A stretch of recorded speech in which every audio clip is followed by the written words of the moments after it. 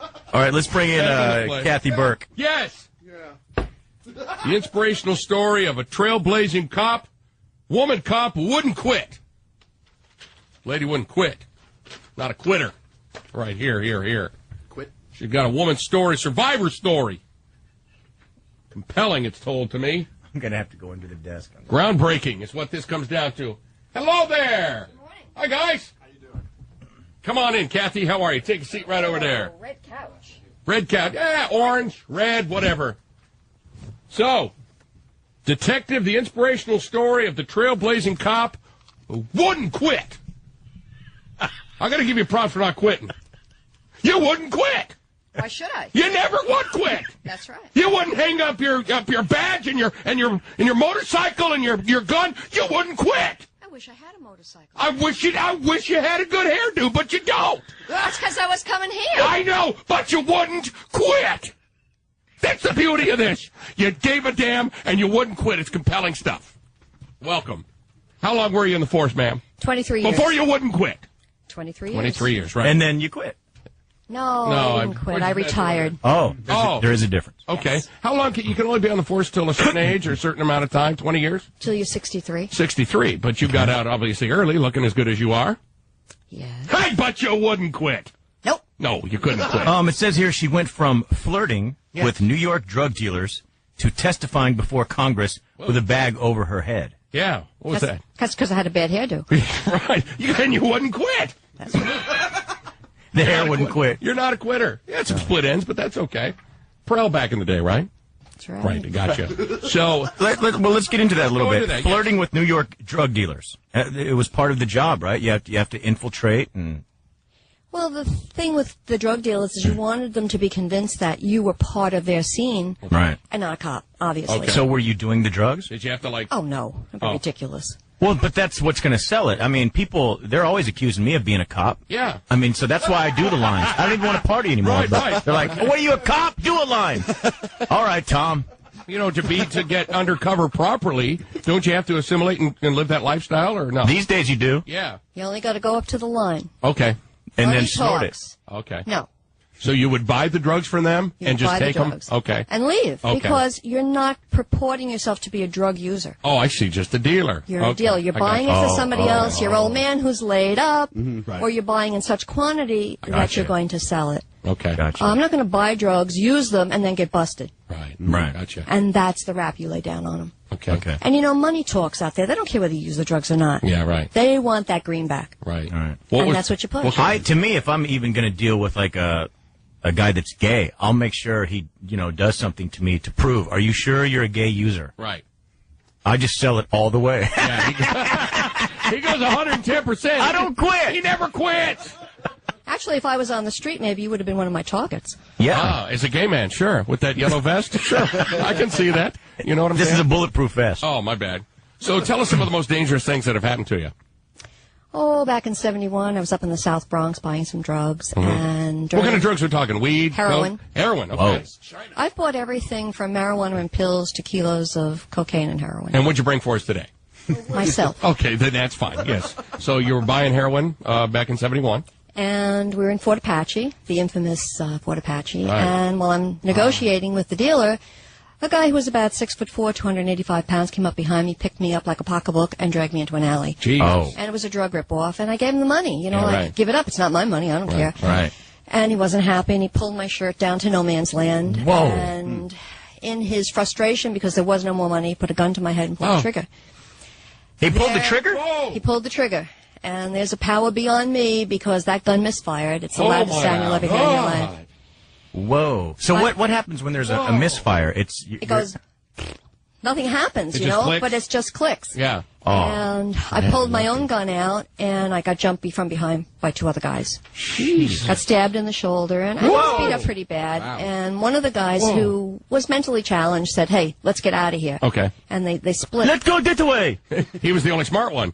obviously. Yeah, right. And when the gun was recovered, you could actually see where the firing pin came down and just missed the primer. Just missed the bullet. So the gun was operative. Whoa. Did you scary. show your underpants to evidence that I was scared? No, I didn't have to do that. You know, the knife wound was enough. How long do you take off work after something She like don't that? quit. Yeah, you're not a quitter. You don't take off work. You just patch up, you put a Band-Aid on the knife You know, wound? in those basic... Leave them knife in. Yeah. In those days, we didn't know about post-traumatic stress. We Right. didn't know the side effects. I see. I had a very wise lieutenant who kept me inside for a couple weeks. And then in his wisdom, he said, guess what? We have a new kid in undercover, and you're going to train Right. him. And they push you back out. Right on. Let's go to line 1 here. Alex, got a question for you, Kathy. Go ahead. Hi, Doghouse. What? No, actually, I have a question. My question is, do you have to tell them that you're a cop if they ask if you're a cop? Great If question. somebody says, hey, are you a police officer? Do you have to tell them? No, because you're not under oath. So you can lie. But I used to say, yeah, man, don't I look like a cop? You know, and you get right into it, and then they laugh. And if they really pursue it, you say, hey, I'm out of here. Right. But they want that money, and they will actually come after you and bring you back for a Right. sale. Right. I mean, One of the things we do with the female employees here is we rip their shirts open to see if they're wired up. Did that ever happen to you? No. See if they're wearing No. a wire. No. Because you see, You can't really trust anyone. No, not nowadays. well, shame on the female employees here, because they should all be into kickboxing. You know what? They try. Right, sure. They're more into Twinkies. Yeah, well, that's obvious. Oh, wow, you're ripping on our employees here? Whoa, jeez. Whoa, stop that. We're just kidding. Smash. Yeah, great. Okay, just drop it. Don't be stupid, all right? So any other crazy stuff you've been shot at, all this stuff? I've been shot. Oh, really? Wow. 1986, I was working in... So where was the higher power then, right? Yeah. I'm here, ain't I? Yeah, she's still Okay, you alive. got me on that She's one. still kicked. She wasn't We're quit. at a stalemate. Right. My partner and I were doing an undercover... Well, we were in undercover. We were in plain clothes doing an organized crime investigation. And the surveillance got reversed. They started following us, and during the course of these events, my partner had to get out of the car. And I'm really abbreviating this a Okay, bit. sure. But as he came out of the diner, he was surrounded by 3 organized crime figures that we had been following, and I came up behind them, and as I yelled, police, the guy turned around and shot me, and the bullet went through my chest. I went to the ground, they turned fire on my partner, and they killed my partner. Oh, man. That's crazy. So there were no bulletproof vests back then or any of that You stuff? know, There was a I had trash can just lid? taken the vest off Oh. because we were going home and put it in my the back God. seat of the car. My partner never wore a vest. I used to wear it because it was warm. Yeah, I mean, right. for no other reason. right. It was warm, but we were leaving, and I took it off, threw it in the back seat of the car. Man. But when I got home, the first thing I did after I got out of the hospital was try the vest on. And you know what? It wouldn't have saved me. No. Right. Because the bullet went in above the Kevlar. Oh, okay. Gotcha. Wow, that's... Not a happy day. It was 21 years ago Yeah. on the 21st. You're allowed a day off then. Yeah.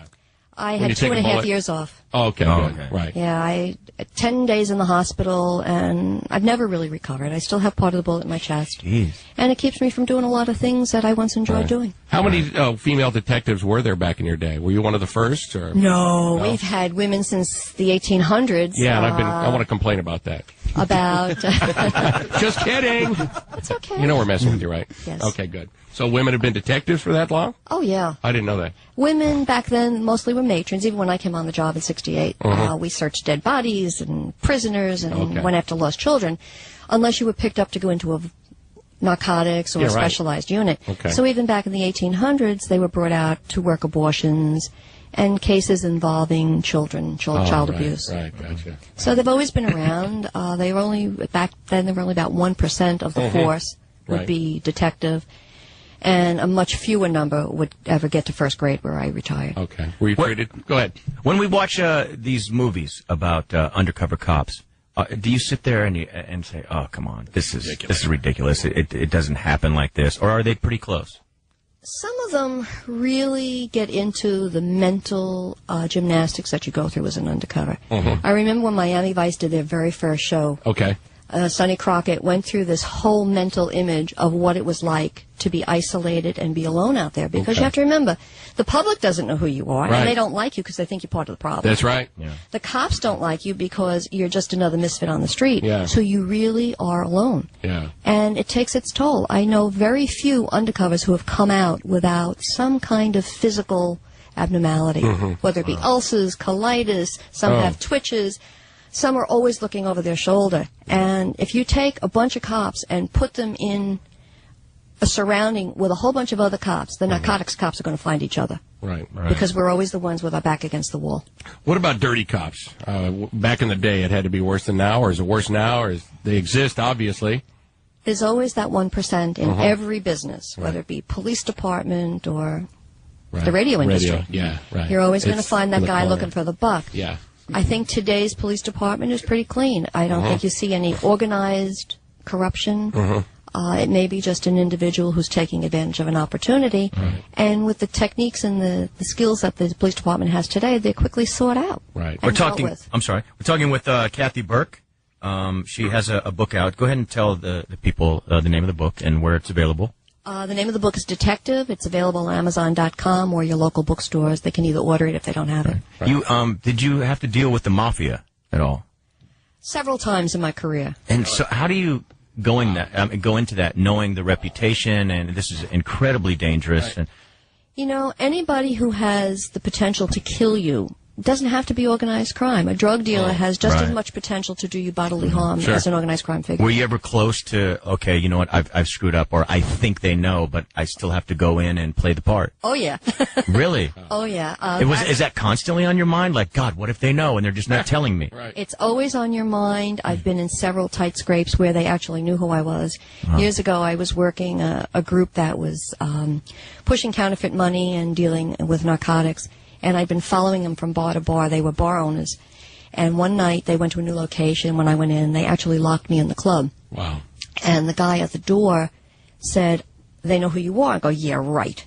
And they don't know who I am. I'm who I am. I'm Marie Martin. Right. And he goes, no, you're Kathy Conlon. Oh. And I looked at him, and he said, meet me tomorrow, and I'll tell you who gave you up. He says, I'm going to let you go because you didn't buy drugs with me, and you could have put me in jail.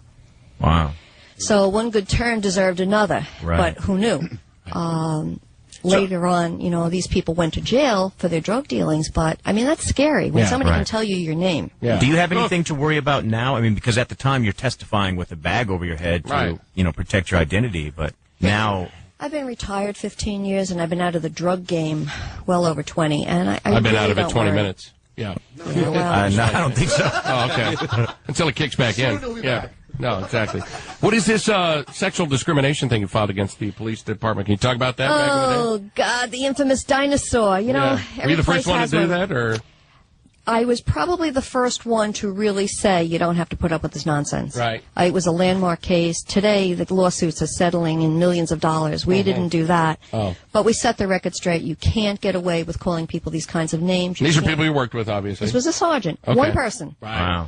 Wow. He just believed women should be home, baking bread, and having babies. Right. Got a point. Yeah, good Yeah, one. well. I got his back on that one. I would have been willing to sit home if they would have sent me my check. Yeah, right. Yeah. Well, you can't get paid. Yeah, for- you got to work. I mean, Well. it's not like taking care of kids is work or anything. And I'm not a very good baker. Okay. Gotcha. Let's take a phone call. Cash Cow out of Long Island. Hello, Cash Cow. Hey, come on. What's up, buddy? Hey, what's going on? I wanted to ask her what she thought about the movie The Departed Have you with seen that? Leonardo DiCaprio. I thought it was great. Right. Yeah, really good. Any movie. realism there? I really enjoyed it. Yes, it was a Right. very good movie. Okay. 'Cause that's all about undercover, too, right? Yeah. Right on. And you can see the pitfalls. Of course, they take a lot of dramatic license. Hollywood. But I thought it was a very good movie. Cool. Were you married at the time? And if so, how does that work? I mean, you're dealing with stuff every day. Do they want to know? Do you want to share that information? Well, at the time, my husband was also on the job. Oh, okay. And at one point in time, we actually worked in the same facility, though we had different commands. He was in the precinct and I was in narcotics. And I would have to go away on trips, pick up prisoners and stuff, and I'd show off my suitcase and leave with my partner, and I'd say, goodbye, hon, see you in a couple days. And he was really good Wow. about it. Oh, good. Wow, that's crazy. Right on. Is that the more what's sought after the most? Do cops now, would they rather be in uniform, or I would think, I don't know, that it sounds so romantic and risky and all of that, to be undercover. I would think I would want to do undercover if I'm going to do anything. Yeah, no kidding. You don't choose it, it chooses you. Oh, okay. Oh, wow. But I'm everybody- still waiting. Yeah. Wait for that phone call. He does have a new chocolate cell phone, I think everybody... so give it a call. I mean, it's all spanking new. You got one of those? And nobody calls me. Verizon chocolate? They're sweet. I don't know what I'm saying. So you cut her off. But sorry, go ahead. you're promoting my chocolate cell phone. Yeah, and go ahead, Verizon, ho.com. You were saying, man? I think when a person comes into the police department, everybody chooses their own path. Okay. Yeah. And some men and women see patrol as the answer to their dream. Really? Wow. When I came in, patrol was not an option for me as a woman. Oh, I see. And because of my stature, I see. I see. So the blind man. Go ahead. it just wasn't in the game then. 'Cause you don't quit. The rules were different. Yeah. That's right. Right. And you don't stop. And you can't stop. right. And quit. All right. Well, Oh. Kathy, thank you very much. The book is called Detective. Yes. It's by Kathy Burke. Amazon.com. You can get that, Yep. and it's available everywhere, right? That's right. Wonderful. Thanks for coming in. And Deal thanks with for it. your Pleasure. service. Yeah, I hope Major you props to you. hope you understand that we're joking clowns, idiots. but Yeah. we still promote No the book. problem. And, okay. Hey, real quickly, what do you think about what the new police officers are making right now? The I think 25 it's a grand? disgrace. Yeah, what's the deal with that? It's a disgrace. Why don't you get on the high horse and go do something about it? Why don't you, buddy? You I'm speak- still very much involved in police activities Good and deal. organizations. Okay, good deal. Good deal. She ain't quitting. Get up on your high horse. She ain't quitting. That's Okay. right. Thank you, Kathy. Appreciate you coming in. You're welcome.